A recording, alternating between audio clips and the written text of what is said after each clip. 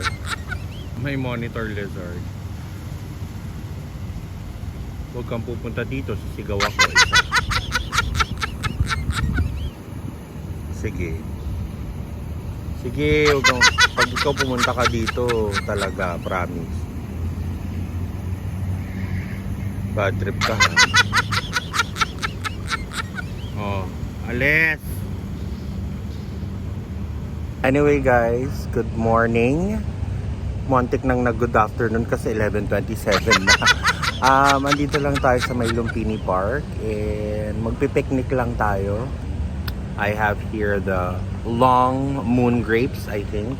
Tapos syempre hindi mawawala ang ating mango sticky rice. Soda, Oishi. Ang pangalan niya is Chakulza. Chakulza. Ayan, so para siyang lemon and honey. And then lastly, meron tayong dinalang yogurt from the hotel. Mag-picnic lang tayo, tapos chill lang tayo. Pakita ko sa inyo yung lugar, okay?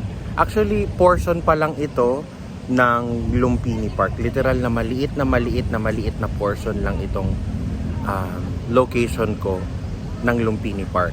Let me show you.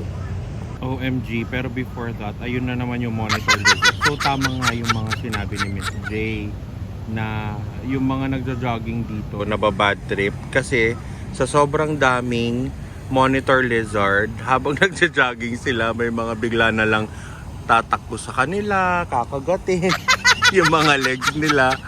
Scary, di ba? Meron silang tetano or like poison or di ba medyo marumi yung saliva nila kaya medyo delikado. So ayun na nga, meron akong kapalpakan na nagawa. Kanina pa ako dada dito. Nag-story time pa ako ng napakahaba guys. As in, sobrang haba nung story time ko. Sa sobrang haba, naubos ko nga yung yung mango sticky rice. Ang kapalpakan doon, ang napindot ko pala time-lapse. O paano? Kwento ko ulit kung anong nangyari. 'Di ba? Shorter version na lang. I promise to convey the same emotions as what I did kanina. Sabay-sabay na tayong kumain. Kung lunch man yan, brunch man yan, breakfast man yan, or dinner, or kahit merienda, whatever time you're gonna be watching this video, please eat with me. I insist. Umpisa na natin yung story time. So ayun na nga. Nung isang araw, very story time no. Nung minsan, pauwi na ako. Malekat yun. Nung minsan, pagka-uwi ko sa hotel, hindi pa ako masyadong pagod. Or I wanted to do more. Take note, paggabi na to, siguro around 6 p.m. na ito or 5:30. Somewhere in that time. Anyway, so naisipan kong mag-brisk walk / jogging.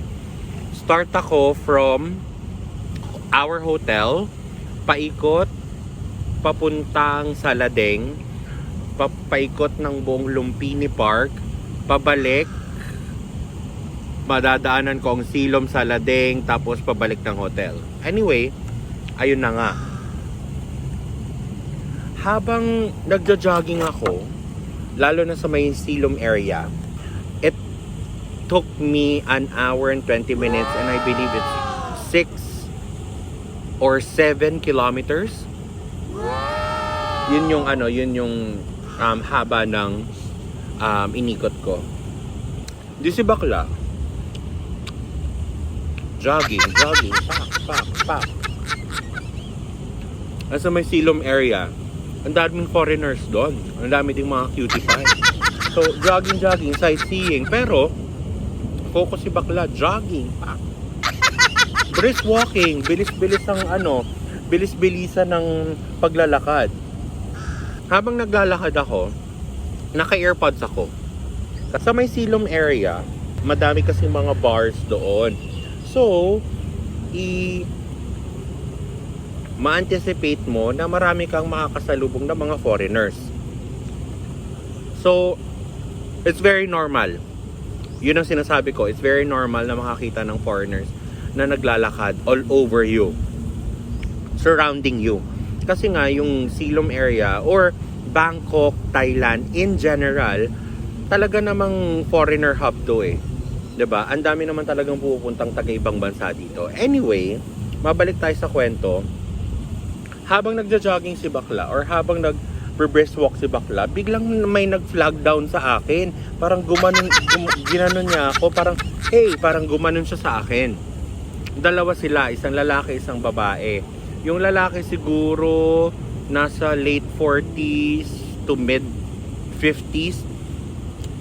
Hindi pa siya ganun katanda pero wala na siyang buhok. Kalbo siya. Baka nagpakalbo siya dahil nakakalbo na siya. Anyway, may kasama din siyang babae na sobrang ganda. Both sila is Middle Eastern by the way, yung itsura. Yung babae, alam nyo naman na yung mga mukha ng Middle Eastern, very pretty talaga. Ang pangos ng ilong, ang pungay ng mata, sobrang bongga yung pilik mata. Tapos, very petite pa yung supposedly na wife niya. Anyway, I took off my earbuds to hear them better. Kumbaga kung magtatanong sila ng direction sa akin, baka naman matulungan ko. Yun yung iniisip ko eh. Kasi, hindi pogi yung lalaki. Chares! Anyway, ayun na nga. Sabi ko, yes, sabi ko sa kanya. Tapos sabi nung lalaki sa akin, hi, we are foreigners. Sabi ko, okay, I am a foreigner too. Sabi ko sa kanya, oh, okay, where are you from? Tapos sabi ko sa kanya, I'm from the Philippines. Oh, Philippines, I've always wanted to go there. Oh, yes, you should. Sabi ko naman, syempre, ilalaban naman natin ang bansa natin. Sabi ko, we also have good food there. We also have good places to visit, especially our beaches. It's one of the best in the world. Wow! Sabi ko talagang talagang i-push natin ang turismo, 'di ba? Minsan may likha, isang limang isang ginawa, something like that. Anyway, nakakaya, tumitingin sa akin yung mga dito, nagja-jogging. Sabi niya, mga baliw-baliwan, kausap ang sarili. Mabalik tayo sa kwento. So, ayun na nga. Sabi niya, I am from Dubai. Eh guys, ma-interject ko lang. I used to work for a company, a very well-known company in Dubai that handles or that processes working visas for foreigners, business permits, for companies and both local companies and international companies. Tapos, ayun na nga. I assumed na alam niya yung company. Ang first red flag is sinabi niya, oh okay, that's nice. So parang red flag yon kasi parang hindi niya alam kung ano yung sinasabi ko. So red flag yon kasi parang hindi siya aware or hindi niya alam kung ano yung sinabi kong kumpanya that I used to work for. Kasi imposible yun eh. That company is well known all over, not only in Dubai pero all over UAE. Kain. So no judgment, 'di ba? Kasi nga baka nga naman talagang hindi niya alam yung kumpanya. For some odd reason siya ang kasama sa 0.00001% ng Dubai na hindi nakakilala sa kumpanyang 'yon. Bigla niya akong tinanong, sabi niya, do you know any good sushi restaurants here? Sabi ko syempre no. Kasi hindi pa ako kumakain or hindi ko pa natutry kumain sa isang sushi restaurant dito sa Thailand. I believe na dapat hindi sushi ang kinakain dito sa Thailand. Dapat yung mga dishes na, distinctly Thailand. Diba? Anyway, sabi ko sa kanya, I don't know any sushi restaurants or good sushi restaurants here in Thailand or Bangkok, Thailand. Maybe what you can do is search through Google. May mga recommendation sa Google na hindi ko kayang ibigay as a foreigner also in this country. Second red flag, ito yung todong red flag talaga. Sabi niya, you say you are from the Philippines. Sabi ko, yes. Biglang sabi niya, I've always wanted to see Philippine currency or Philippine money. Sabi ko, yeah, we have colorful money. Sabi ko sa kanya. Tapos, being oblivious to what is currently happening, bigla niyang sinabi sa akin na parang, do you have any Philippine money with you I want to see in person? So ako, nung sinabi niya yun, hindi ka agad nag-register sa akin kasi hindi naman nagre-revolve doon yung initial na conversation namin.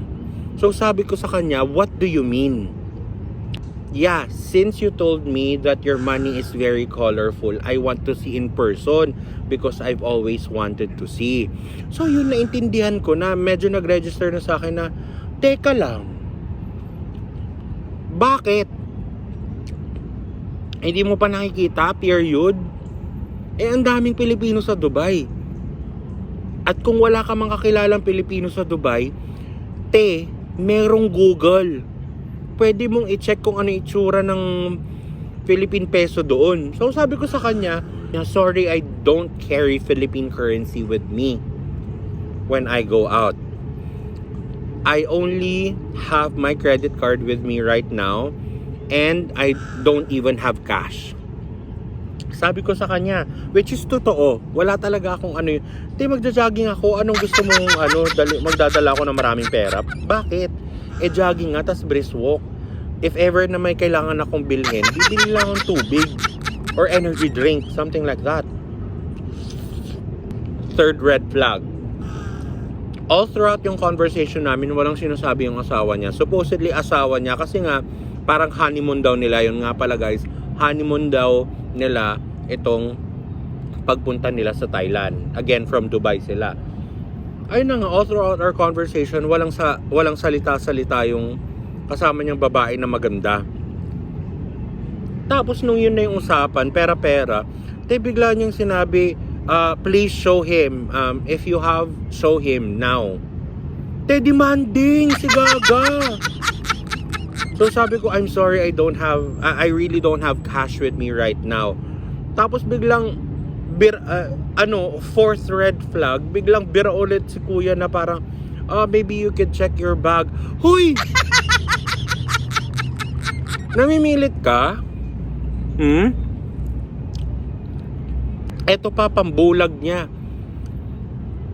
Para siguro mag-gain yung trust ko or whatever, nilabas niya yung wallet niya. In fairness, ang daming pera. Literal, ang daming pera. Siguro, ganito kakapal na dolyares, USD.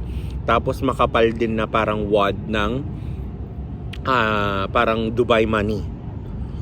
Pero sabi ko talaga, I'm sorry, I really don't have cash with me, especially Philippine currency, because why would I carry that around if I cannot use it here in Thailand? Tapos biglang nag-iba yung itsura ni kuya. From friendly to cheerful na parang, hey, eme, friend, eme. Biglang blanco.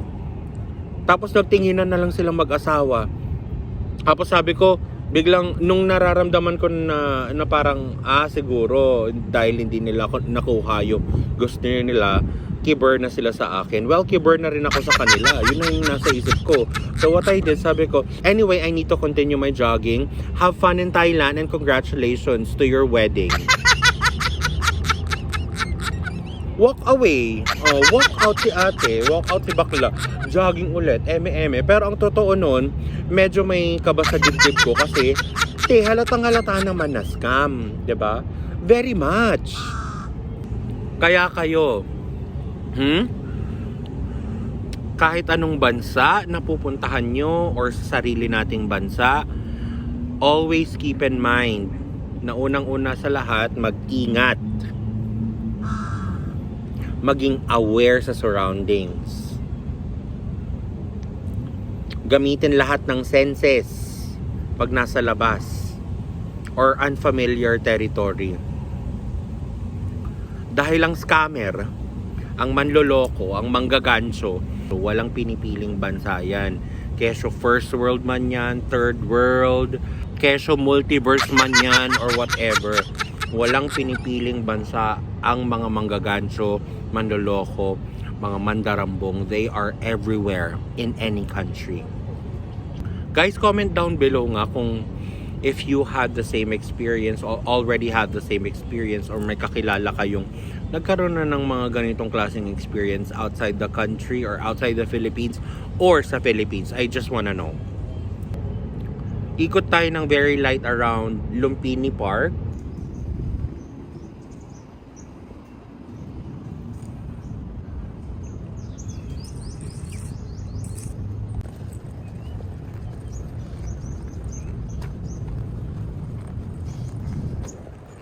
Oh, meron sila mga ganitong klaseng activities dito sa Lumpini Park. Boat ride. Oh. Very Baguio, very Burnham, charis. Pero totoo naman, dito nga lang ang pagkakaiba. Yung mga swans, mukha talagang swans. Yung mga duck, mukha talagang duck. Walang mermaid. Ang ganda. Tapos, very safe kasi meron silang mga life jacket. Oh. So, 1 p.m. closed for lunch break. It is open 9 to 6. 9 a.m. to 6 p.m. Ang galing guys, meron silang mga ganitong klaseng area. Eme, o photoshoot, o mga ganyan. O. Guys, dito ko natatapusin itong video na ito. I hope you liked it. Pero kahit na hindi, please don't forget to like, share, subscribe to my channel and all of my videos. And don't forget to hit that notification bell para naman ma-update ka at ma-inform ka pag mag-upload ako ng video B. Bikini men. I'll see you on the next one. Mwah. Bonus clip. Yee! Halit lang siya. Run! Ang hilig-hilig mong ano ha? Manghabol ng mga nagja-jogging. Pwes habulin kita ngayon. Bye!